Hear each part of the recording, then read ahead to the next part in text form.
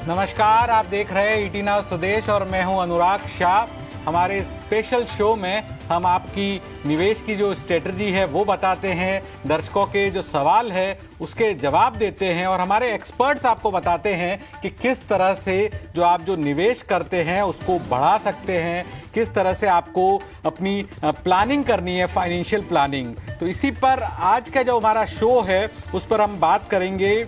Momentum और sectoral fund में निवेश से पहले किन बातों का आप ख्याल रखिए, क्या चीज़ें हैं जो आपको देखने की ज़रूरत है। इसके अलावा जो लक्ष्य है करीब, अगर आप बाजार में आपके लक्ष्य के करीब आ रहे हैं तो बाजार में अगर कमजोरी है तो आपकी क्या रणनीति होनी चाहिए।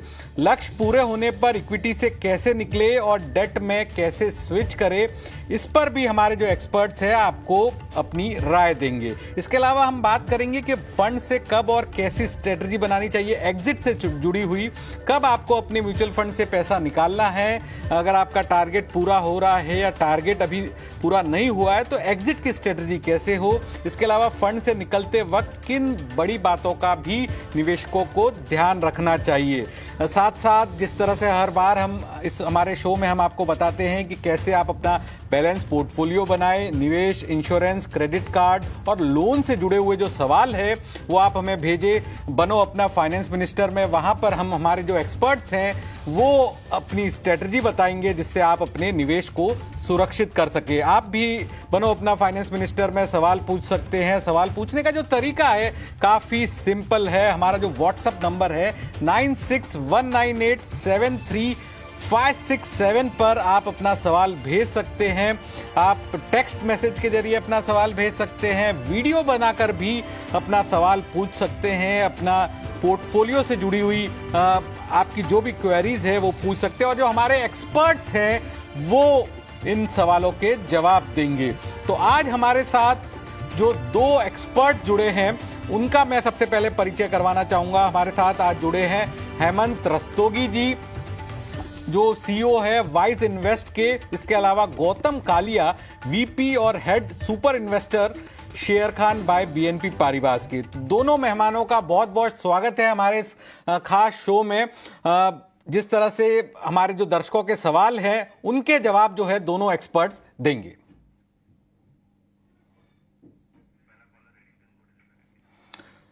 तो सबसे पहले जो हमारे कॉलर हैं इंतकाब ने सवाल भेजा है और लाइव कॉलर है, सीधा हमारे साथ लाइव जुड़े हैं। इंतकाब पूछिए अपना सवाल। हेमंत रस्तोगी जी आपके जो पोर्टफोलियो है उससे जुड़ा हुआ जो सवाल है उसका जवाब देंगे। हेलो, हाँ इनका पूछिए अपना सवाल। सर मेरा सवाल ये है कि मैं म्यूचुअल फंड में निवेश कर रहा हूँ, 11,000 मेरा ये एसआईपी है। ठीक है, कौन कौन से फंड है आपके? एक है निपॉन स्मॉल कैप, ठीक है, स्मॉल कैप कोटक टेक्नोलॉजी, पारस्परिक फ्लेक्सी कैप, ठीक है, और है पारस्परिक ELS। ठीक है। तो हेमंत जी जिस तरह से इंतकाब ने बताया कि वो निवेश कर रहे हैं निपॉन स्मॉल कैप के अंदर, क्वांट स्मॉल कैप फंड के अंदर, पराग पारिक फ्लेक्सी कैप के अंदर, कोटक टेक फंड के अंदर और पराग पारिक ELSS के अंदर, तो इनका क्या टारगेट है? क्योंकि आपका गोल भी आपको बताना पड़ेगा, उसके हिसाब से हेमंत जी अपनी स्ट्रेटजी बताएंगे उसको पाने के लिए। रिटायरमेंट के लिए है। रिटायरमेंट के लिए कितना कितना कितना कॉर्पोरेट जमा करना चाहते हैं आप? एटलीस्ट 2 करोड़। 2 करोड़। हेमंत जी 2 करोड़ का लक्ष्य है। इनका 11,000 की एसआईपी कर रहे हैं, कितना दूर कितने पास? हाँ जी, आई थिंक बिल्कुल सही है, बट इंपॉर्टेंट चीज यहाँ पे जानने की ये होगी कि इनके पास समय कितना है। अगर ये बता दें तो फिर हम थोड़ा और तरीके से इनको बता सकते हैं कि इनका लक्ष्य पूरा होगा कि नहीं होगा। इंतकाब कितना समय आपके पास? हेलो, कितने साल के बाद रिटायरमेंट है आपकी? सर मैं पिछले 1 साल से कर रहा हूँ। नहीं, रिटायरमेंट कभी है आपकी? रिटायरमेंट को अभी 13 साल है।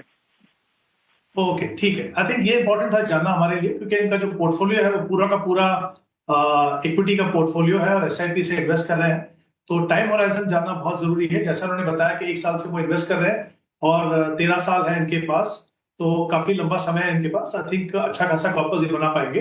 अगर मैं इनके पोर्टफोलियो को देखूं तो 11,000 के इनके पास इन्वेस्टमेंट है, कुल मिला के 5 फंड्स हैं, उसमें एक फंड जो है वो टैक्स सेविंग फंड है। तो इनके पास 2 स्मॉल कैप फंड है, एक निप्पॉन का स्मॉल कैप फंड है, एक क्वांट का स्मॉल कैप फंड है। ऑब्वियसली इतने जो पोर्टफोलियो साइज है उनका, उसमें 4,500 अगर आप 11,000 से स्मॉल कैप में इन्वेस्ट करेंगे तो पोर्टफोलियो काफी एग्रेसिव बनता है, और 2 फंड की जरूरत नहीं है। आप एक स्मॉल कैप फंड रखिए, निप्पॉन स्मॉल कैप।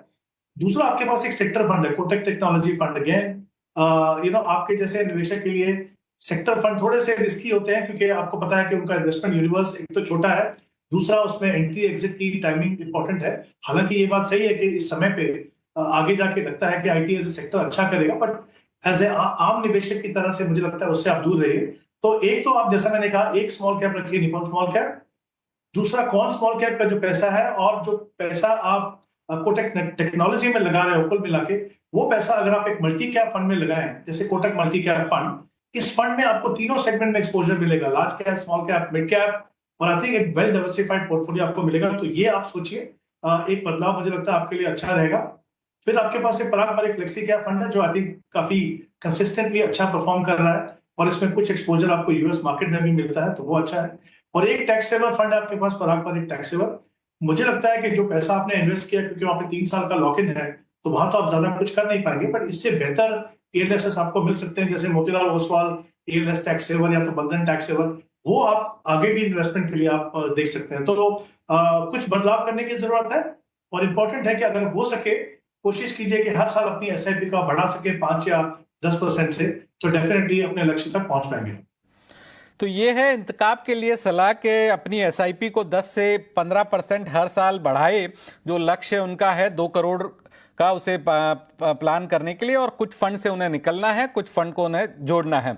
अगला सवाल हमें भेजा है पुष्पदंत जैन ने यूट्यूब के जरिए। हमारे पास सवाल आया है उनके द्वारा। एसबीआई हेल्थ अपॉर्चुनिटीज में निवेश है, बजाज फिनसर्व फ्लेक्सी कैप में निवेश है, कोटक इमर्जिंग इक्विटी में भी 5,000 रुपये महीने की एसआईपी है, और SBI international US equity FOF fund में भी निवेश है। पुष्पदंत जैन जी का जो गोल है वो 1.25 करोड़ रुपया का गोल है अगले 15 साल के अंदर, और जानना चाहते हैं कि उन्हें क्या इसके लिए और एसआईपी में बढ़ोतरी करनी है। तो गौतम जी, मैं आपसे ही समझना चाहूंगा, क्या पुष्पदंत जैन जी को स्ट्रेटजी बनाना चाहिए, जो क्योंकि जो लक्ष्य है वो 1.25 करोड़ रुपए का है? जी, तो पुष्प जी के लिए ये जवाब है। उनको 1.25 करोड़ बनाना है 15 साल में। समय ज्यादा है तो मूल्य कम हो सकता है। तो उनका जो मूल्य है 20,000 का महीने का, अगर वो 12% से ग्रो हो पूरा आपका निवेश तो हर साल, तो आपका 1 करोड़ पहुंच जाएगा 15 साल में। तो निवेश का मूल्य 1 करोड़ पहुंच जाएगा, मगर उनको 1.25 करोड़ चाहिए। तो अगर हर साल 5% से ये बढ़ा सके तो 1 करोड़ 35 लाख बन जाएगा 15-16 साल में।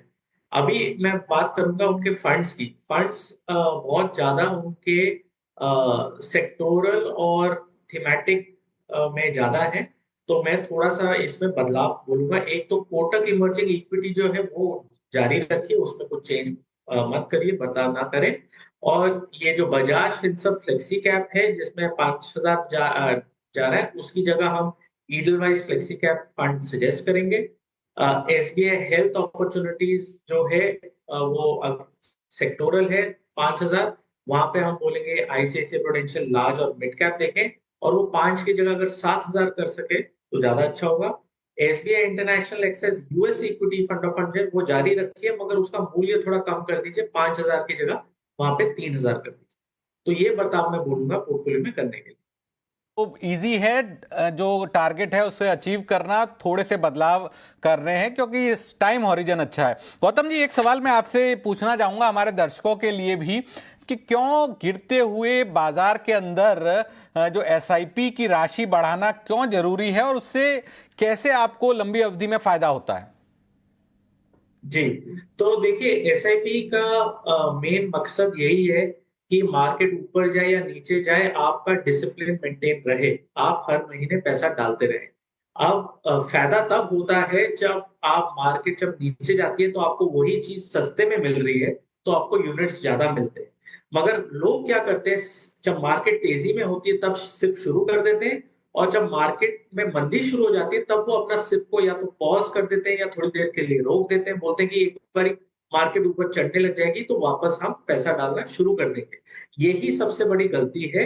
सिप का सबसे ज्यादा फायदा तभी होता है जब मार्केट नीचे गिर रही होती है, क्योंकि आपको फिर ज्यादा यूनिट्स मिलते हैं, आप वही चीज सस्ते में आपको मिल रही है। तो आप हमेशा ऐसे समझिए जैसे आप शॉपिंग करने जा रहे हैं और वही चीज जो आप फुल प्राइस पे दे रहे थे वो आपको अभी सेल लग रही है तो सस्ते में मिल रही है, तो अपना सिप जारी रखिए उस समय। एसआईपी को जारी रखिए और गिरते हुए बाजार में एसआईपी बढ़ाने से और आपको लंबी अवधि के निवेश में फायदा होता है। हमारे साथ लाइव कॉलर जुड़े हैं, विनय लाइव कॉलर है हमारे साथ जुड़े हैं। विनय, पूछिए अपना सवाल, बताइए कितना निवेश आप करते हैं, कौन कौन से फंड में करते हैं, कितने वक्त से आप निवेश कर रहे हैं और आपका क्या गोल है, क्या टारगेट है जो आप अचीव करना चाहते हैं, जिस पर हमारे जो एक्सपर्ट हैं वो अपनी राय दे पाए।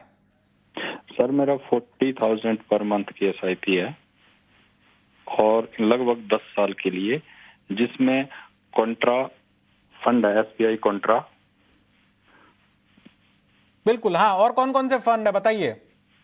एक मिनट सर जी, एसबीआई कॉन्ट्रा में 5,000 का है, उसके बाद आईसीआईसी ब्लू चिप 4,000 का है, बिल्कुल, HDFC multi cap 3,000, Motilal Oswal small cap 3,000 और Motilal Oswal large and mid cap 5,000, SBI Magnum mid cap 3,000, Nippon India growth 3,000, एंडवेज मिड कैप 3,000, मोतीलाल ओसवाल 3,000 और कोटक इक्विटी इमर्जिंग में 3,000 और टाटा स्मॉल कैप में 5,000। बिल्कुल हेमंत जी, कई 40,000 रुपए प्रति महीना की एसआईपी कर रहे हैं विनय, करीब पिछले 18 महीने से, और इनका जो टाइम पीरियड है 10 साल का है और 1 करोड़ रुपए का कॉर्पस चाहते हैं। क्या सुझाव रहेगा आपका विनय को, क्योंकि फंड काफी ज्यादा है और 1 करोड़ रुपया उनको चाहिए अगले 10 साल में? जी, सबसे पहले शुरुआत करते हैं इनके टारगेट से। जैसा उन्होंने कहा कि 18 महीने से एसआईपी कर रहे हैं, 10 साल का समय इनके पास और है, 40,000 की एसआईपी कर रहे हैं और लमसम इन्वेस्टमेंट भी है 3,30,000 रुपए की। अगर हम ये सब कंसिडर करते हैं और अगर हम 12% का रिटर्न मान के चले, तो अगर ये अपना प्रोसेस अनइंटरप्टेडली कंटिन्यू करते हैं अगले 10 साल तक, तो इनका जो टारगेट है वो पूरा करने में प्रॉब्लम नहीं आएगी। बट इनके पास स्कोप है कि अपने पोर्टफोलियो को थोड़ा कंसोलिडेट करके, क्योंकि जहां पे वो एसआईपी से इन्वेस्ट करें उनके पास 10 फंड है, लमसम में भी 3 फंड है, सिर्फ एक ही फंड है जो कॉमन है, बाकी 2 फंड और हैं, तो कुल मिला के 12 फंड है इनके पास। मुझे लगता है डेफिनेटली उसमें स्कोप है कि अपने पोर्टफोलियो का कंसोलिडेट करें, इसको बेहतर बनाएं, इसको मॉनिटरिंग करना आसान होगा, आपकी जो परफॉर्मेंस है पोर्टफोलियो की वो सुधरेगी। तो सबसे पहले ऑब्जर्वेशन तो मेरी ये है कि इनके पोर्टफोलियो में 4 मिड कैप फंड है और कुल मिला के वहां पे वो 12,000 रुपए इन्वेस्ट कर रहे हैं, जो मुझे लगता है 4 फंड की बिल्कुल भी आपको जरूरत नहीं है। क्योंकि आप ये देखिए कि जो मिड कैप जो सेगमेंट है वो बेसिकली हम बात कर रहे हैं कि हिंदुस्तान की जो 101 से लेकर 250 तक मार्केट कैप की जो कंपनीज हैं, काफी अच्छी क्वालिटी कंपनीज हैं, स्टॉक स्पेसिफिक होना जरूरी है, बट 4 फंड बहुत ज्यादा है।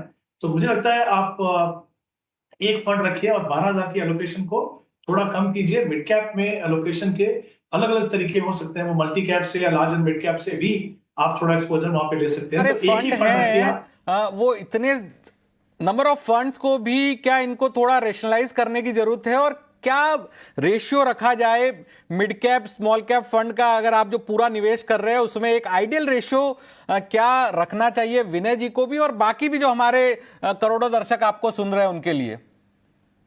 जी, आई थिंक बहुत ही इंपॉर्टेंट सवाल है। एक तो डेफिनेटली रैशनलाइज करने की जरूरत है, क्योंकि पोर्टफोलियो में जब ज्यादा ओवरलैप हो, जब नंबर ऑफ फंड्स हो, तो फायदा यहाँ पे नहीं होता है। देखिए, जहां तक आपने कहा कि आइडियल एलोकेशन क्या होनी चाहिए, आप एक थंब रूल देख सकते हैं कि मेरा मानना है कि किसी भी लॉन्ग टर्म इन्वेस्टर के लिए जो लार्ज कैप है उसमें थोड़ा बायस चाहिए, मे बी 45 to 50% आप वहां देख सकते हैं, और 35% मे बी इवन 40% भी आप मिड कैप में देख सकते हैं, और बाकी पैसा जो है स्मॉल कैप में। लेकिन ये एक थंब रूल है, आपकी जो एलोकेशन वो डिपेंड करेगी आप कितना समय के लिए इन्वेस्ट कर रहे हो, किस तरीके से इन्वेस्ट कर रहे हो और आपका रिस्क प्रोफाइल क्या है। तो जैसा मैंने कहा, इनके केस में एक ही आप मिड कैप फंड रखिए, कोटक इमर्जिंग को, जहां पे आप 8,000 रुपए इन्वेस्ट करेंगे। तो इसके जो बाकी 4,000 रुपए जो है वो इनके पास एक एचडीएफसी मल्टी कैप फंड है जहां पे वो 3,000 इन्वेस्ट कर रहे हैं, तो वो पैसा जो है वहां पे लगेगी। तो एक मल्टी कैप में आपकी एलोकेशन जो है वो 7,000 हो जाएगी और एचडीएफसी मल्टी कैप है, काफी अच्छा फंड है। इसके बाद एक एसबीआई का मैग्नम फंड है इनके पास, इन्होंने पूरा नाम नहीं बताया है। और साथ ही एक मोतिलाल ओसवाल का लार्ज एंड मिड है, जो अपनी कैटेगरी का बहुत ही बेहतरीन फंड है। क्योंकि इनके पास एसबीआई कॉन्ट्रा ऑलरेडी है, तो कोई भी जो फंड हो एसबीआई का, मुझे लगता है उससे बेहतर ऑप्शन इनके पास Motilal Oswal large and mid है। तो उन दोनों को आप मर्ज कीजिए तो वहां पे करीब 8,000 की इन्वेस्टमेंट होगी। जैसा मैंने कहा, एसबीआई कॉन्ट्रा बहुत ही अच्छा फंड है, उसको आप कंटिन्यू कीजिए। और स्मॉल कैप में निप्पॉन स्मॉल कैप मुझे लगता है एक बेटर ऑप्शन होगी मोतीलाल ओसवाल से, क्योंकि उनका बहुत ही लंबा ट्रैक रिकॉर्ड है। फिर इनके पास एक ब्लू चिप फंड और एक फ्लेक्सी कैप फंड है, वहां पे आप एक ही फंड रखिए, मुझे लगता है पारंपरिक फ्लेक्सी कैप एक बेटर ऑप्शन है। दोनों को मिलाएंगे तो आप करीब 7,500 की वहां पे इन्वेस्टमेंट करेंगे। अगर मैं इनका लमसम इन्वेस्टमेंट दिखता हूं तो वहां पे एक मोमेंटम फंड है। मुझे लगता नहीं कि इनके जैसे निवेशक को एक इस तरह के फंड, जो स्मार्ट बीटा फंड हम कहते हैं, वो उसकी जरूरत है। उसका जो पैसा है वो 50% ईच आप SBI Contra, Motilal Oswal large and mid में। तो काफी कुछ बदलाव करने की जरूरत है, मुझे लगता है पोर्टफोलियो को रेशनलाइज करने के लिए, उसको कंसोलिडेट करने के लिए, ताकि आपकी जो परफॉर्मेंस है, रिस्क रिवॉर्ड का बैलेंस अच्छा हो और आपकी जो परफॉर्मेंस है वो यहाँ से बेहतर हो सके। बट जैसा मैंने शुरुआत में कहा, लक्ष्य पूरा करने में प्रॉब्लम नहीं आएगी, बट इस परफॉर्मेंस को आप सुधार के ज्यादा बड़ा कॉर्पस बना सकते हैं। बिल्कुल विनय जी, देखिए काफी विस्तार से हेमंत जी ने आपकी जो पूरी क्वेरी है, आपके पोर्टफोलियो का एनालिसिस किया है। क्या कुछ और आप पूछना चाहते हैं या फिर हेमंत जी के जवाब से संतुष्ट है विनय जी? संतुष्ट है सर, थैंक यू। देखिए सर, हेमंत जी बहुत बहुत संतुष्ट है विनय जी, जिस तरह से आपने उनके पोर्टफोलियो का एनालिसिस किया है, तो उन्होंने बताया कि काफी ज्यादा संतुष्ट है। चलिए, वक्त हो गया एक ब्रेक का। ब्रेक के बाद तुरंत हाजिर होते हैं और हमारा जो सवाल जवाब का सिलसिला है वो जारी रहेगा। तुरंत हाजिर होते हैं छोटे से ब्रेक के बाद।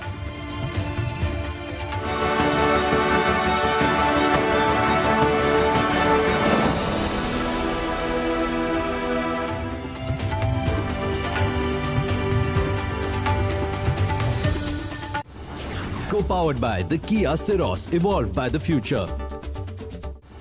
In association with SBI, Solid Bank की solid backing.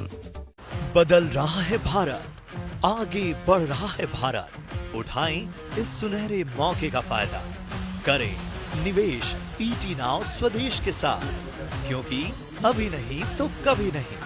जाने निवेश से जुड़ी बारीकियां, एक्सपीरियंस्ड एंकर्स, डेडिकेटेड रिसर्चर्स और दिग्गज एक्सपर्ट्स बताएंगे आपको कब और कहां करना है निवेश। देखिए मार्केट आवर्स हर रोज सुबह 8 बजे से शाम 4 बजे तक। ईटी नाउ स्वदेश, बढ़ो बदलो देश के साथ। तो बताइए कैसा लगा? रेंट तो ठीक है, खरीदना हो तो? मैडम, होम लोन में बहुत टाइम लगता है, निकल जाएगा घर। नहीं जाएगा सर। आप जानते हो इनका बैंक कौन है? कौन है? SBI। Get home loans with ease in less processing time. इसे कहते हैं सॉलिड बैंक की सॉलिड बैंकिंग।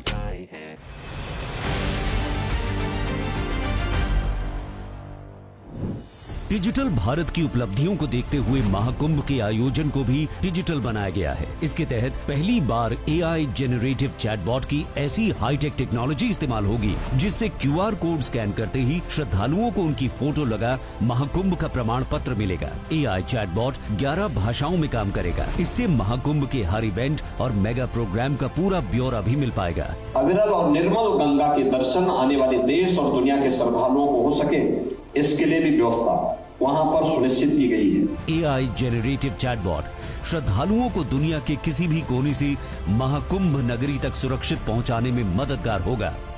साथ ही खान पान, लॉकर, वॉशरूम, चेंजिंग रूम जैसी जरूरी जानकारियां भी इससे पलक झपकते ही मिलेगी। इसके लिए वेब लिंक chatbot.kumbh.up.gov.in पर जाना होगा। छत टपक रही। अरे शिफ्ट करने वाले हैं ना पापा, बस घर मिलने की देर है। इसीलिए तो घर मैजिक ब्रिक्स पे देखिए, प्रॉपर्टी की पूरी इन्फॉर्मेशन विद एक्सपर्ट एडवाइस और 15 लाख से ज्यादा प्रॉपर्टी ऑप्शंस हैं। गुड, एटलीस्ट मेरा घर तो लाखों में होगा। बाजार का मोमेंटम भी बहुत शानदार है। आज बाजार में देखने को मिला है। ग्लोबल बाजारों का हर अपडेट सबसे पहले और सबसे सटीक, निष्पक्ष तरीके से बाजार की सभी खबरें, IPO बाजार के हर एक्शन पर नजर, इंडस्ट्री का हर ट्रेंड सबसे पहले, ताकि आप बने कंपनियों की तरक्की में भागीदार। मेरे साथ जुड़िए रोज और जानिए ट्रेड के साथ निवेश के सभी मौके।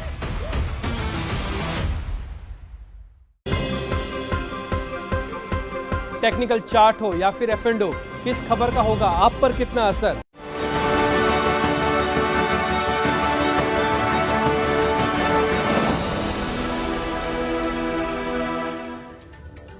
ब्रेक के बाद आपका स्वागत है। सवाल जवाब का सिलसिला जारी है। हमारे साथ जो दो खास मेहमान हैं, हेमंत रस्तोगी जी और गौतम कालिया जी, जुड़े हुए हैं। अगला जो कॉलर है हमारे साथ वो फारूक खान जी है। फारूक जी, क्या आपको हमारी आवाज आ रही है?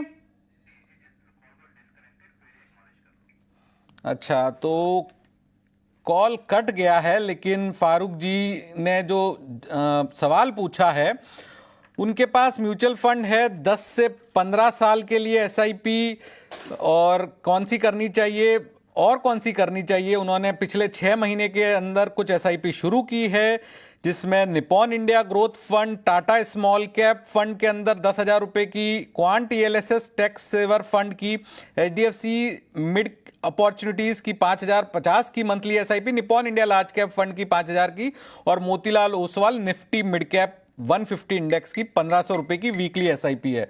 तो फारूक जी की जो एसआईपी है उस पे गौतम जी अब क्या स्ट्रेटजी बनानी चाहिए फारूक जी को? जी, तो फारूक जी ने ये ओपन एंडेड रखा है कि उनका कितना पोर्टफोलियो बनना चाहिए। स्कीम्स में तो काफी चेंजेस बर्ताव है जो मैं बोलूंगा, मगर अगर ये 36,000 जो इनका चल रहा है महीने का, वो 12% से ग्रो हो इनका निवेश, तो इनका कुछ 80 लाख बनेगा 10 साल में। वही 10 साल की जगह अगर 15 साल रख दिया तो 1 करोड़ 80 लाख बन जाएगा। अगर इस पे वो 10% हर साल बढ़ा सकते हैं अपने सिप का मूल्य, तो 15 साल में 1 करोड़ 80 लाख की जगह 3 करोड़ बन जाएगा।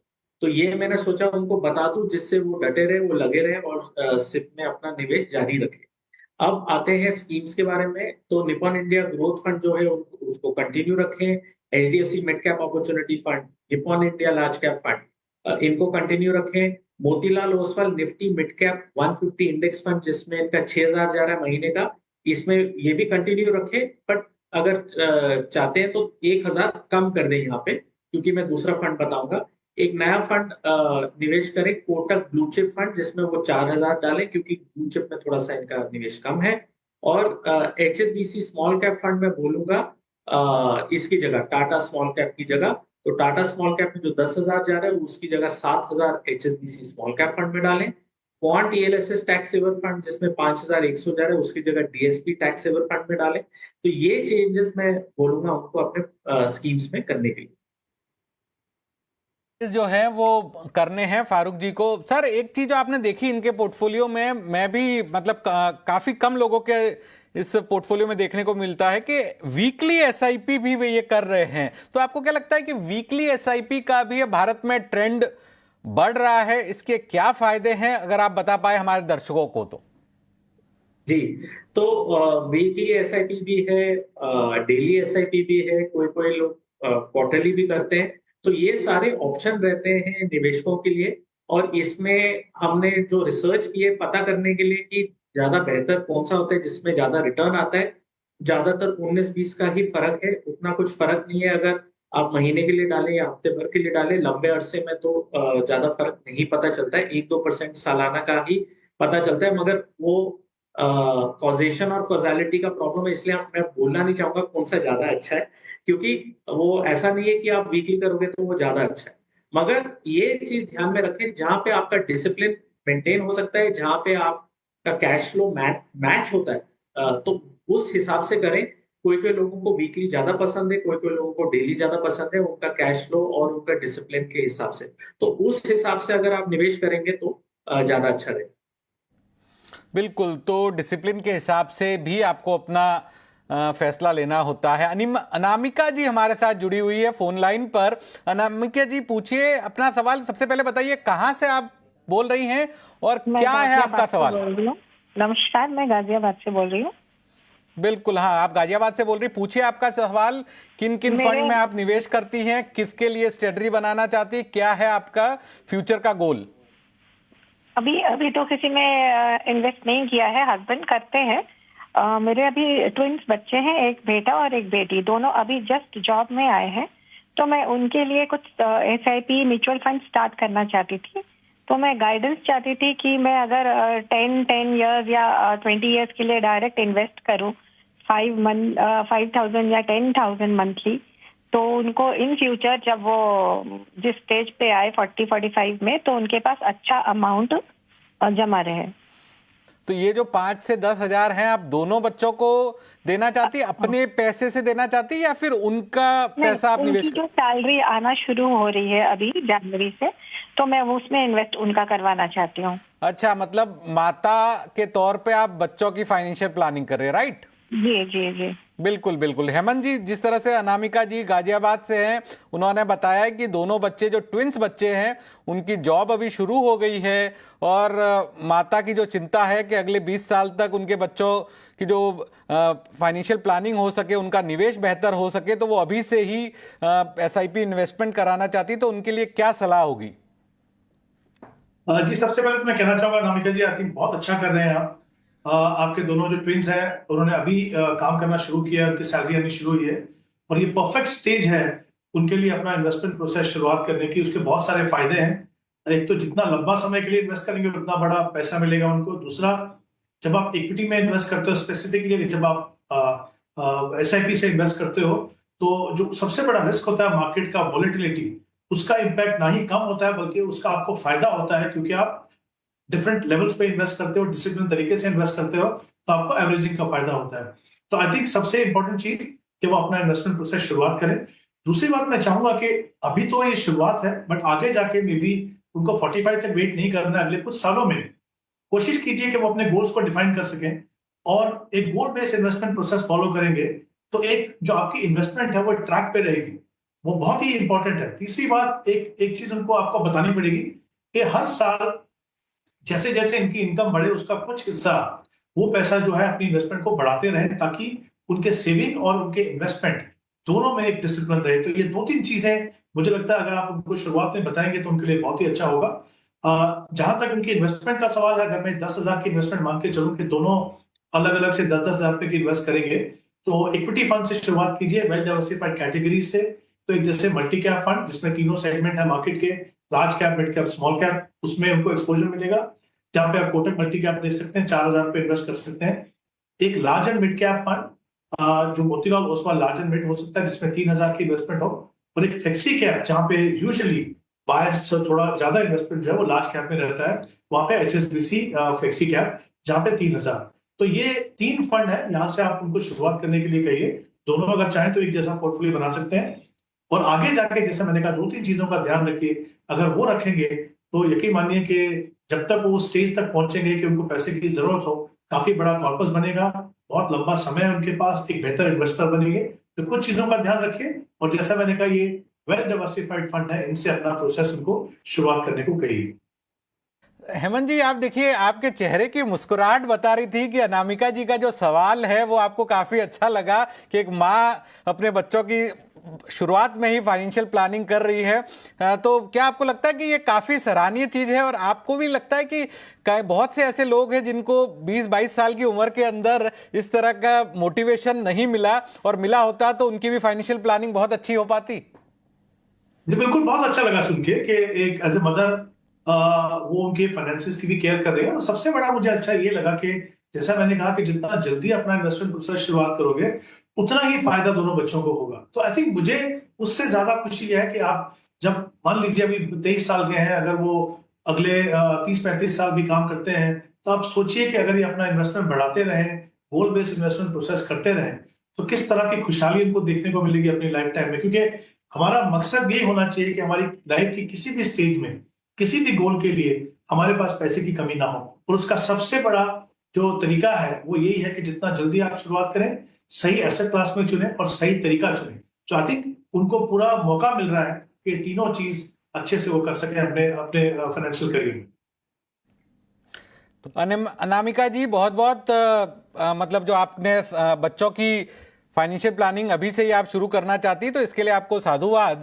क्या कुछ और सवाल आप पूछना चाहेंगी हेमंत जी से और आप संतुष्ट हैं उनके जवाब से? Thank you Hemant ji, thank you very much. धीरे धीरे मैं इनका इन्वेस्टमेंट बढ़ाऊंगी आगे चल के। अभी मैं आप लोगों को देख के ही सीख रही थी, तो उनको सलाह दिया है कि अब से तुम्हारी फाइनेंशियल प्लानिंग मैं डिसाइड करूंगी कि तुम लोग आगे अच्छे फ्यूचर में पैसे की कोई तंगी ना रहे। बिल्कुल, तो माँ जो है वो अपने बच्चों की फाइनेंशियल प्लानिंग कर रही है और आगे उसे और तय करेगी। महेंद्र जी का अगला सवाल है हमारे पास। महेंद्र जी बताइए, कहाँ से बोल रहे हैं आप और क्या गोल है आपका, किस तरह से निवेश करते हैं और अब क्या स्ट्रेटजी चाहते हैं हमारे एक्सपर्ट से? सर मैं रायपुर छत्तीसगढ़ से हूँ। अच्छा, रायपुर छत्तीसगढ़ से पूछिए अपना सवाल। सर अभी जो मार्केट अप डाउन हो रहा है, मैं एक्चुअल में वन टाइम इन्वेस्टमेंट मेरा है और काफी अच्छा है, करीब 45 लाख के आसपास है। तो मार्केट अप डाउन हो रहा है तो इसलिए डर लग रहा है कि इसमें मेरा सबसे ज्यादा है वो SBI पीएस फंड है, 27 लाख का करीब है। तो क्या मुझे बने रहना चाहिए या निकलना चाहिए, वही मैं चाह रहा हूँ सर। उसको 2 साल से हूँ उसमें। बिल्कुल गौतम जी, जिस तरह से महेंद्र जी का एक बड़ा फंड है, 45 लाख रुपए तक का फंड है, उसमें SBI PSU फंड में करीब 27 लाख से ज्यादा का निवेश है। उसके अलावा क्वांट स्मॉल फंड में भी अच्छा खासा निवेश है, quant value fund, quant infrastructure fund, quant commodities fund, Bajaj Finserv balance advantage fund में भी निवेश है और ये सब एक मुक्त निवेश है। गौतम जी, क्या स्ट्रेटजी बनानी चाहिए अब इनको? जी, ये जो फंड्स हैं ये ऐसे लग रहा है देख के कि अलग अलग समय पे निवेश किया है, पास्ट परफॉर्मेंस देख के इनका एक पोर्टफोलियो नहीं बना है। तो हम चाहते हैं कि वो एक अपना कोर पोर्टफोलियो बना दे जो लंबे अरसे के लिए कि वो रख सके। अभी कोर पोर्टफोलियो में लार्ज कैप होना चाहिए, लार्ज एंड मिड होना चाहिए, थोड़ा सा स्मॉल कैप, थोड़ा फ्लेक्सी कैप होना चाहिए। तो उसके हिसाब से मैं बताऊंगा कि ये अपने फंड्स को बदल दें। ये फंड्स में मेरे हिसाब से सारे फंड इनको बदलने चाहिए। एक तो मैं बोलूंगा कि SBI ब्लू चिप फंड ले लें, उसमें यहाँ पे 38 लाख 29 लाख 40 लाख के आसपास जो पैसा है उसका मैं बता रहा हूँ। SBI ब्लू चिप फंड में 5 लाख डाल दें, ICICI prudential blue chip fund में 10 लाख डाल दें, HDFC large and mid cap fund में 5 लाख डाल दें, HSBC स्मॉल कैप फंड में 5 लाख डाल दें, ईडलवाइज फ्लेक्सी कैप फंड में 7 लाख और कोटक मल्टी कैप फंड में 7 लाख। इससे इनका 29-40 लाख का पैसा कोर पोर्टफोलियो में लग जाएगा। उसके अलावा अगर इनके पास पैसे हैं जो ये लगाना चाहते हैं तो थोड़ा सा PSU फंड में रख सकते हैं, क्योंकि PSU ऐसा सेक्टर है, सेक्टर जैसे ऊपर नीचे जाएगा वहां पे रिस्क ज्यादा है। तो उतार चढ़ाव में वो आदमी निवेशक कभी कभी गलती कर देते हैं, कभी कभी इमोशनल होके रिएक्शन ले लेते हैं। तो हम थोड़ा सा स्टेबल पोर्टफोलियो बनाने की कोशिश कर रहे हैं यहाँ पे। तो वही मैं कहूंगा ये करें। अगर ये पोर्टफोलियो इनका 12% के हिसाब से ग्रो हो हर साल तो 2030 तक इनका ये 40 लाख 1 करोड़ 10 लाख बन जाएगा। और अगर वही 2030 की जगह 2035 तक रखें तो वही पोर्टफोलियो इनका 2 करोड़ हो जाएगा। तो मैं यही कहूंगा कि थोड़ा और लंबे अरसे के लिए ये सोचे। बिल्कुल लंबे अरसे के लिए सोचे और पोर्टफोलियो जो आपका बड़ा। एक चीज मैं पूछना चाहूंगा महेंद्र जी, सारे एक ही म्यूचुअल फंड से आपको क्या प्यार है, सारा निवेश उसी में क्यों कर रहे हैं आप? क्वांट का बोल रहे सर? हाँ, एक्चुअल में मैं उसका सर्च किया था तो पिछला साल जो 3 साल का जो दिया है वो बहुत अच्छा दिखाया था सर। तो मुझे लगा कि उसका परसेंट ठीक दिख रहा है तो इस बार भी वो सही रहेगा था करके। स्मॉल कैप में तो मैं 3 साल से ऊपर से बना हुआ हूँ तो वो तो अच्छा दे दिया, 57% करीब दिया हुआ है। अभी मार्केट गिर गया इसलिए थोड़ा सा ये हुआ है, नहीं तो मुझे लग रहा था अच्छा आ रहा है करके। मतलब आपने किसी एक्सपर्ट से राय नहीं ली, खुद ही अपना ड्यू डिलिजेंस किया और वहां पर आपको जो लग रहा था ज्यादा रिटर्न जिस म्यूचुअल फंड में है वहां निवेश कर दिया। गौतम जी, उन निवेशकों को क्या करना चाहिए या फिर आपकी क्या राय है जो किसी फंड के पिछले प्रदर्शन के आधार पर ही उसमें निवेश करते हैं? तो क्या ये गारंटी है कि पिछला जो प्रदर्शन रहा है वो आगे भी दोहराया जाएगा? जी, तो ये कोई गारंटी नहीं है और हर म्यूचुअल फंड में के डॉक्यूमेंट्स में भी यही लिखा होता है कि past performance is not a guarantee for future returns. तो इसलिए स्कीम सिलेक्शन जो है वो बहुत इम्पोर्टेंट होती है, उसमें काम और मेहनत ज्यादा लगती है।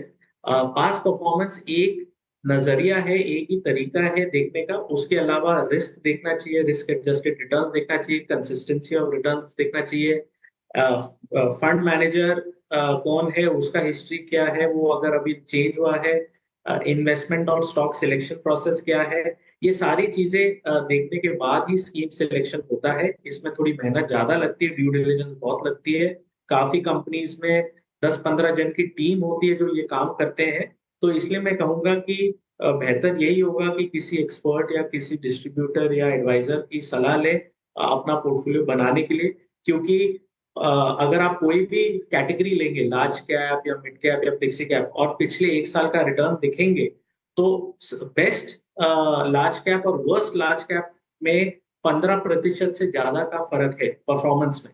और वही चीज आप मिड कैप या फ्लेक्सी कैप में देखेंगे तो आपको ये दिखेगा कि बेस्ट परफॉर्मिंग और वर्स्ट परफॉर्मिंग में लगभग 15% से ज्यादा है अंतर। तो इसलिए स्कीम सिलेक्शन काफी इम्पोर्टेंट चीज है, जो बेटर है कि आप एक्सपर्ट की सलाह लें।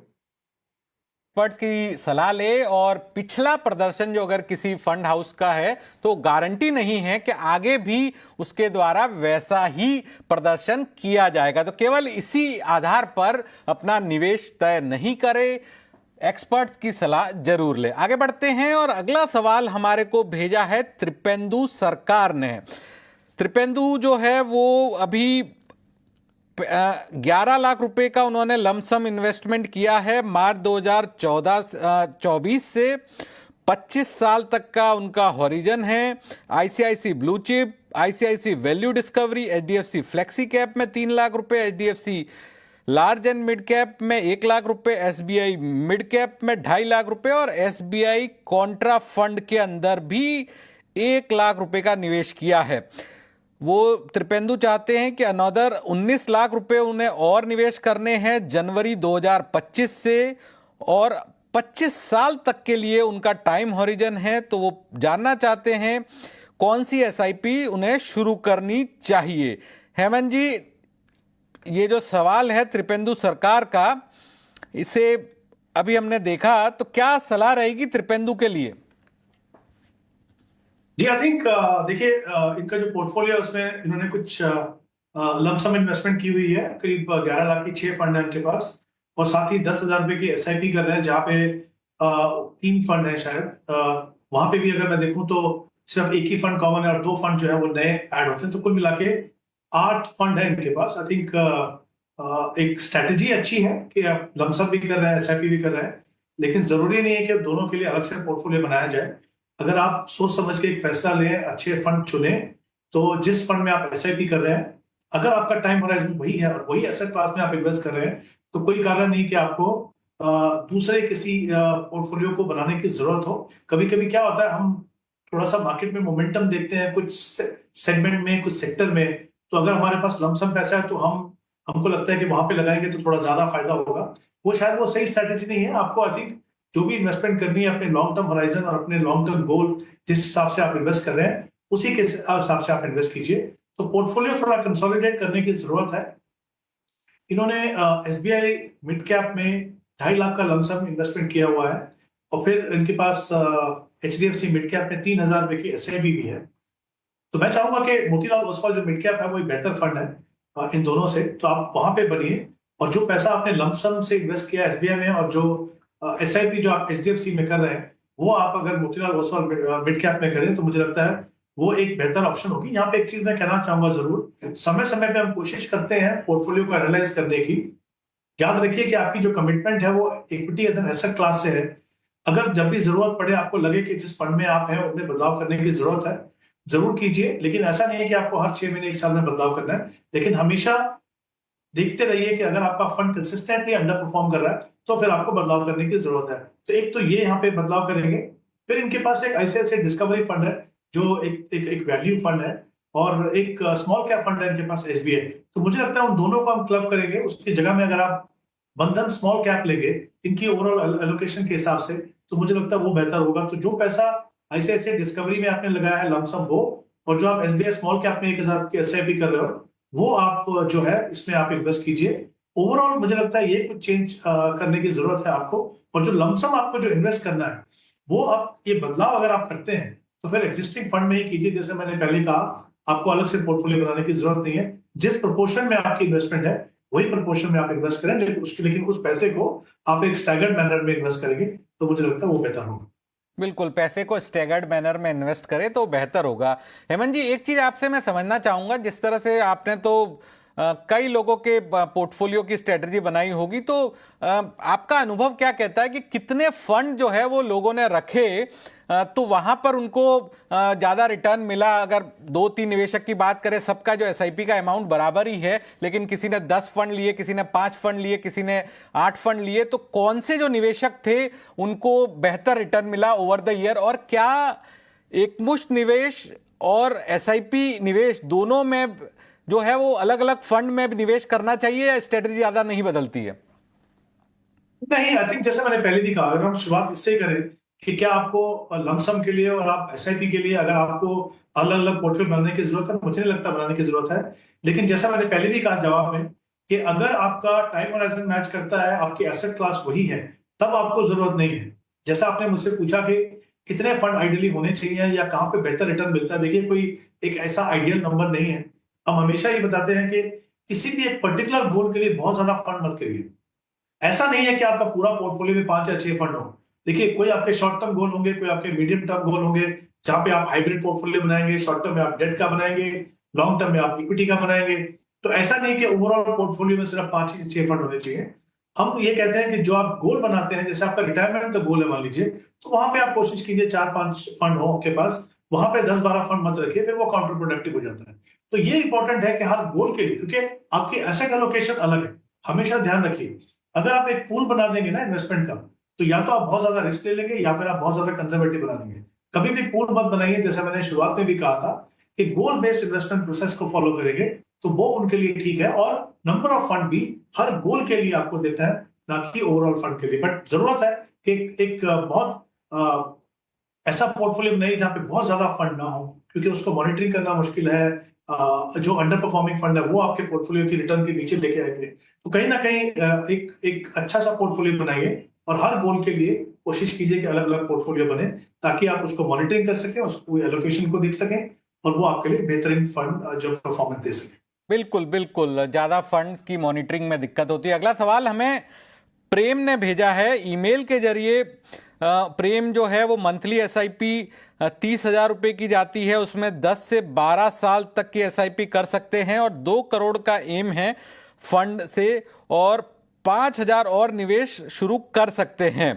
उनकी जो एसआईपीज हैं वो भी मैं बता देता हूं, आईसीआईसी प्रूडेंशियल नेक्स्ट 50 में 1 लाख रुपया लमसम किया। इसके अलावा ICICI prudential Bharat 22 fund of fund में 5,000 की एसआईपी, एसबीआई कॉन्ट्रा में 5,000 की एसआईपी, क्वांट लार्ज और मिड कैप में 5,000, क्वांट स्मॉल कैप के अंदर भी 5,000, Nippon India small cap fund में 5,000 की एसआईपी, जेएम फाइनेंशियल में 5,000 की SIP, JM flexi cap fund में 1 लाख रुपए की लमसम डाल दिया है।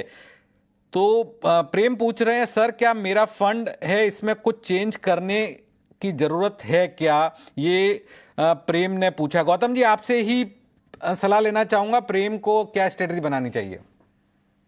जी, तो मैं फंड्स पे अभी आता हूं, मगर उसके पहले मैं ये बोलूंगा प्रेम को कि ये देखिए, आपका जो लमसम निवेश है 2 लाख का, और आपकी जो सिप अभी चल रही 30,000 की, जो आप 35,000 बनाने वाले हैं अभी, वो 12 साल के लिए आप रखेंगे और वो 12% से बढ़ेगी, तो आपका 12 साल के बाद 1 करोड़ 20 लाख का मूल्य बन जाएगा। मगर अगर वो 12 साल की जगह आपने 15 साल के लिए चला ली है, तो 1 करोड़ 20 लाख की जगह 2 करोड़ बन जाएगा। तो ये आप ध्यान में रखें जब आप निवेश कर रहे हैं, और इसी को याद रखें जिससे आप थोड़ा और लंबे अरसे के लिए निवेश करें। अब मैं आपके फंड्स के बारे में बोलूंगा। जो आपका लमसम है उसमें कोई दिक्कत नहीं है, मगर जो सिप के जो फंड्स है उसमें मैं थोड़ा सा बदलाव बोलूंगा। पहला तो आपका आईसीआईसीआई प्रूडेंशियल भारत 22 एफओएफ की जगह आप ICICI prudential blue chip fund में डाल दीजिए। एसबीआई कॉन्ट्रा फंड को जारी रखिए। Quant large and mid cap fund की जगह ICICI large and mid cap fund देखें। क्वांट स्मॉल कैप की जगह एचएसबीसी स्मॉल कैप फंड देखें। जेएम फ्लेक्सी कैप फंड जिसमें 5,000 जा रहे हैं, उसकी जगह आप ईडलवाइज फ्लेक्सी कैप फंड देखें। और जो आप 5,000 का मूल्य अभी और निवेश करना चाहते हैं मंथली सिप में, वो आप कोटक मल्टी कैप फंड में डालिए। तो इससे आपका 35,000 का महीने का पोर्टफोलियो बन जाए। बिल्कुल, तो ये स्ट्रेटजी है। अगला कॉलर, लाइव कॉलर हमारे साथ जुड़ गए हैं, शुभांकर सरकार। शुभांकर, फटाफट अपना सवाल पूछिए, कहां से आप बोल रहे हैं, क्या है आपका सवाल? नमस्ते सर। सर मेरा पोर्टफोलियो आपके पास भेजा, तो उसमें कुछ बदलाव करना चाहिए, और मैं अभी नया शुरू किया उसका फंड, और एक large and mid cap fund और एक मल्टी कैप कुछ मोतीलाल ओसवाल का लेना चाहता हूँ, वो ठीक रहेगा? मोतीलाल ओसवाल का मेरे पास मिड कैप भी है, और एक मल्टी कैप वो निपन का मेरे पास स्मॉल कैप है, और निपन का मल्टी कैप लेना ठीक रहेगा? बिल्कुल, सीधा हेमंत जी से आपका पोर्टफोलियो हेमंत जी जो है वो रिव्यू करेंगे। हेमंत जी बताइए, ये जो बताया शुभांकर सरकार ने, उनको अब क्या स्ट्रेटजी बनानी चाहिए, उसका उनका पोर्टफोलियो आपके पास है? जी, सबसे पहले इनका देखते हैं कि इनका जो टारगेट है वो पूरा हुआ कि नहीं। तो 18,000 की SIP वो कर रहे हैं, 20 साल का इनके पास समय है, 2 करोड़ का इनका टारगेट है। मुझे लगता है अगर हम 12% के रिटर्न मान के चलें तो करीब करीब 1 करोड़ 70 लाख का कॉर्पस से बना पाएंगे। अगर इनको अपना टारगेट अचीव करना है इस टाइम होराइजन में, तो उनको अपनी SIP 4,000 रुपए से बढ़ानी होगी। एक तो पहला ये। दूसरे, अगर मैं फंड की बात करूं तो इनके पास एक UTI इंडेक्स फंड है, निपॉन का स्मॉल कैप फंड है जो काफी अच्छा फंड है, कंसिस्टेंटली परफॉर्म करता है। और आप पर एक फ्लेक्सी कैप, आपने पहले भी इसके बारे में बात की। मिड कैप कैटेगरी में आई थिंक मोतीलाल ओसवाल अभी के समय पे आप कह सकते हैं बेस्ट परफॉर्मिंग फंड है। और फिर इनके पास एक ICICI लार्ज एंड मिड और एक कोटक मल्टी कैप है। मुझे लगता है कि कोटक मल्टी कैप अगर मैं जो बेस्ट मल्टी कैप फंड में देखूं in terms of quality of portfolio performance, Kotak multi cap वहां पे है, तो डेफिनेटली उसमें बने रहिए।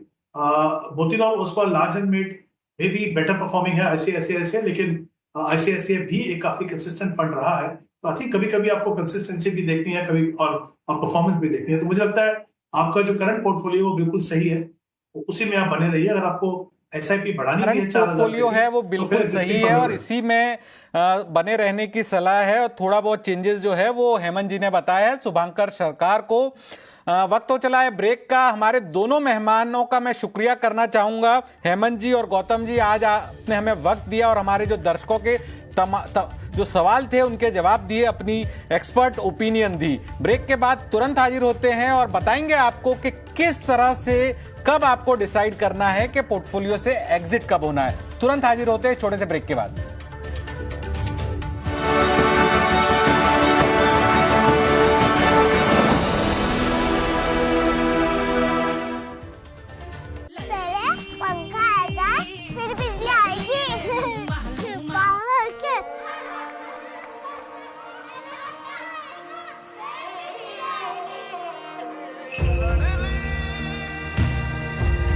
पंखा आएगा फिर बिजली आएगी। ऑन करो। हम सिर्फ वातावरण से बिजली नहीं बनाते हैं, जिंदगी में रोशनी जगाते हैं, खुशियां फैलाते हैं। अदानी, हम करके दिखाते हैं। Here's your boarding pass and your card. Good evening, sir. Good evening. Sachin.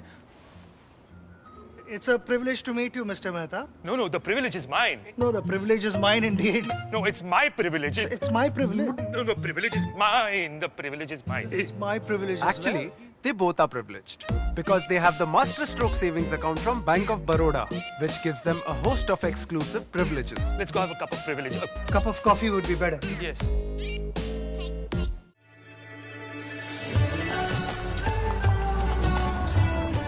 भारी डिलीवरी हो या खराब रास्ते, मेरी टाटा इंट्रा गोल्ड का इंजन इतना दमदार है कि जहां कोई डिलीवरी करने नहीं जाता वहां मैं चला जाता हूं। इसका दमदार इंजन और मजबूत लोड बॉडी उठाए ज्यादा load. Tata intra gold pickups, success का मंत्र। गोल्ड पर गोल्डन वर्ड और सिल्वर की बताएंगे सिल्वर लाइनिंग।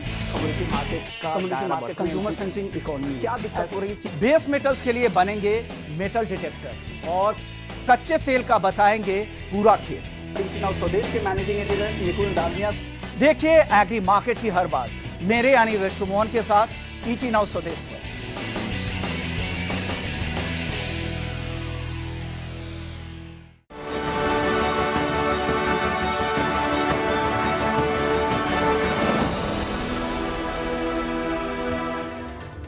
ब्रेक के बाद आपका स्वागत है और अब हम आपको बताएंगे कि किस तरह से कब आपको स्ट्रेटजी बनानी है म्यूचुअल फंड निवेश जो है उससे एग्जिट करने की। और इसी पर बात करने के लिए हमारे साथ जुड़े हैं खास मेहमान हर्ष रुंगटा जी, फाउंडर फी ओनली इन्वेस्टमेंट एडवाइजर्स के। सर बहुत बहुत शुक्रिया आपका आज हमें वक्त देने के लिए। Thank you, it's a real pleasure.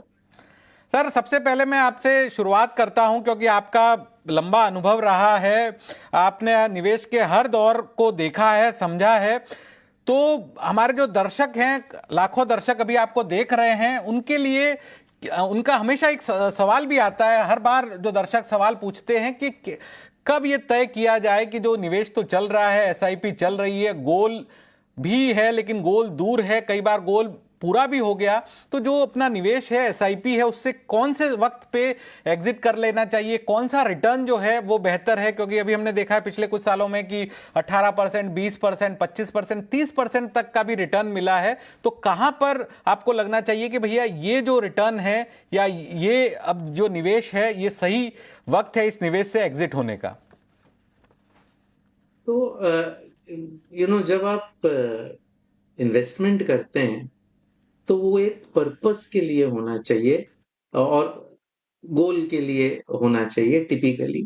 और जब आप गोल के लिए इन्वेस्ट करते हैं या कोई भी इन्वेस्टमेंट आप करते हैं तो उसमें इन्वेस्टमेंट करते समय ही निकलने की रणनीति भी बनानी चाहिए उसी समय।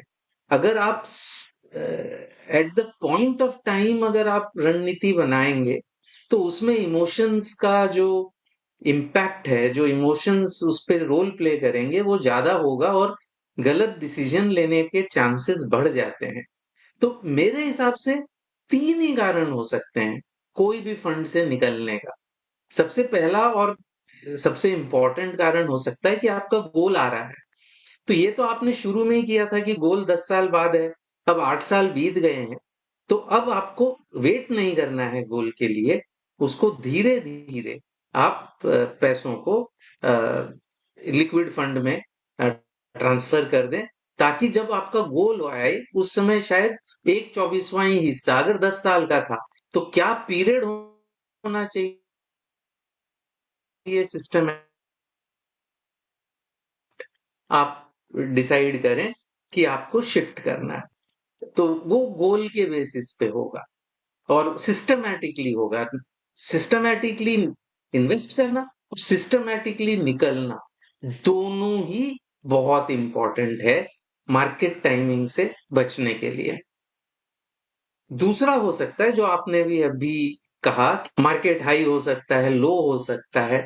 आपने एक एसेट एलोकेशन डिसाइड किया, आपने डिसाइड किया है कि इतना परसेंटेज मैं इक्विटी में रखूंगा या रखूंगी, इतना परसेंटेज गोल्ड में रहेगा, इतना परसेंटेज डेट में रहेगा, इतना परसेंटेज रियल एस्टेट में रहेगा। जो भी परसेंटेज आपने नक्की किया है आपकी रिस्क प्रोफाइल के मुताबिक, आपके जो रिसोर्सेज हैं और आपके जो गोल्स हैं, इन तीनों को ध्यान रखते हुए आपने जो एसेट एलोकेशन नक्की किया है उसमें आप नक्की कर सकते हैं कि या तो फिक्स्ड डेट्स पर साल में 1 बार, मैक्सिमम साल में 2 बार, या फिर स्पेसिफिक ट्रिगर पे कि अगर इक्विटी 50% से ज्यादा, अगर आपका एलोकेशन 50% था, 50% से 55 हो जाएगा तो मैं उसको रीएलोकेट करके वापस 50 पे ले आऊंगा, या अगर 50 से 45 हो जाएगा तो मैं वापस रीएलोकेट करके उसको 50 पे ले आऊंगा। तो या तो ट्रिगर बेस्ड और या फिक्स्ड टाइम बेस्ड आपने रीबैलेंसिंग एक नियम बना रखा है, तो उस नियम को फॉलो करते हुए आप रीबैलेंसिंग कर सकते हैं। उस समय आपको जिस स्कीम में ओवर बैलेंस हो गया है उसमें से निकलना है और दूसरे एसेट क्लास जिसमें जाना है उस एसेट क्लास की स्कीम को चुनना है। तो इस पर्टिकुलर रीबैलेंस के दौरान ऑब्वियसली उन स्कीमों में से आप निकल जाएंगे जिस एसेट जो एसेट क्लास ओवर रिप्रेजेंट हो चुका है आपका इन्वेस्टमेंट पोर्टफोलियो में। तीसरा जो है वो होता है फंड के ओन परफॉर्मेंस। तो असेट क्लास वाइज आप ठीक हैं, लेकिन आपका जो फंड है वो परफॉर्म नहीं कर रहा, और ये सबसे डिफिकल्ट वाली चीज होती है क्योंकि लोग इसमें अपना परफॉर्मेंस देखते हैं कि मेरे लिए फंड ने क्या परफॉर्म किया। तो अब 1 साल का फंड परफॉर्मेंस या 2 साल का फंड परफॉर्मेंस, वो भी एक स्पेसिफिक पीरियड जब आपने लिया था और जब आप इवेल्युएट कर रहे हैं, वो मायने नहीं रखता। मायने उसमें ये रखता है कि आप एक sufficiently long period, rolling period का आप रिटर्न्स देखें, चाहे 3 साल का रिटर्न्स देखें रोलिंग पीरियड का ओवर 5 इयर्स, यानी करीबन 500 ऑब्जर्वेशन आपको मिल जाएंगे, या 5 इयर्स रोलिंग पीरियड देखें ओवर 7 इयर्स। तो ये रोलिंग पीरियड के बेसिस पे आप उनको फंड्स को एनालाइज करके जो फंड नहीं परफॉर्म कर रहा उसमें से निकलें और उसी एसेट क्लास में जो फंड परफॉर्म कर रहा है उस फंड में आप जा सकते हैं। तो ये केयरफुली करने की चीज है। आपको शुरू से ये नक्की करना है कि आप क्या बेसिस पे उस फंड्स को एनालाइज करेंगे। तो ऑब्वियसली रोलिंग पीरियड का एनालिसिस ओवर उसका जो भी बेंचमार्क होगा उसके ऊपर या नीचे उसने क्या परफॉर्म करना है, कौन सा रोलिंग पीरियड एनालिसिस आप देखेंगे और उसके बेसिस पर सेम असेट क्लास में आप दूसरी स्कीम जो कि उसी सेम पीरियड के दौरान उसने परफॉर्म किया है उसमें शिफ्ट करेंगे। तो ये तीसरा वाला बहुत मुश्किल होता है और प्रॉब्लम ये होता है कि मेरे ख्याल से सारे इन्वेस्टर्स, मोस्ट इन्वेस्टर्स रादर, वो अपना परफॉर्मेंस देखते हैं, वो भी 6 महीने का, 9 महीने का, साल भर का, न उसका कंपैरेटिव रिटर्न देखते हैं अगेंस्ट बेंचमार्क, न उसका जो बायस है, एक स्टार्टिंग पॉइंट बायस और एंडिंग पॉइंट बायस जिसे हम कहते हैं, न वो देखते हैं। तो इस थर्ड वाले में मिस्टेक होने के बहुत ज्यादा चांसेस होते हैं। वाले में मिस्टेक होने के बहुत ज़्यादा चांसेस होते हैं। फंड की परफॉर्मेंस क्या है उसके आप रोलिंग पीरियड से कंपेयर करना है। तो हर्ष रुंगटा जी ने बताया कि 3 जो पैरामीटर्स है उस पर आप तय कर सकते हैं कि आपको कौन से फंड से कब एग्जिट करना है। सबसे पहला आपका गोल है, दूसरा सेट एलोकेशन और तीसरा फंड की परफॉर्मेंस।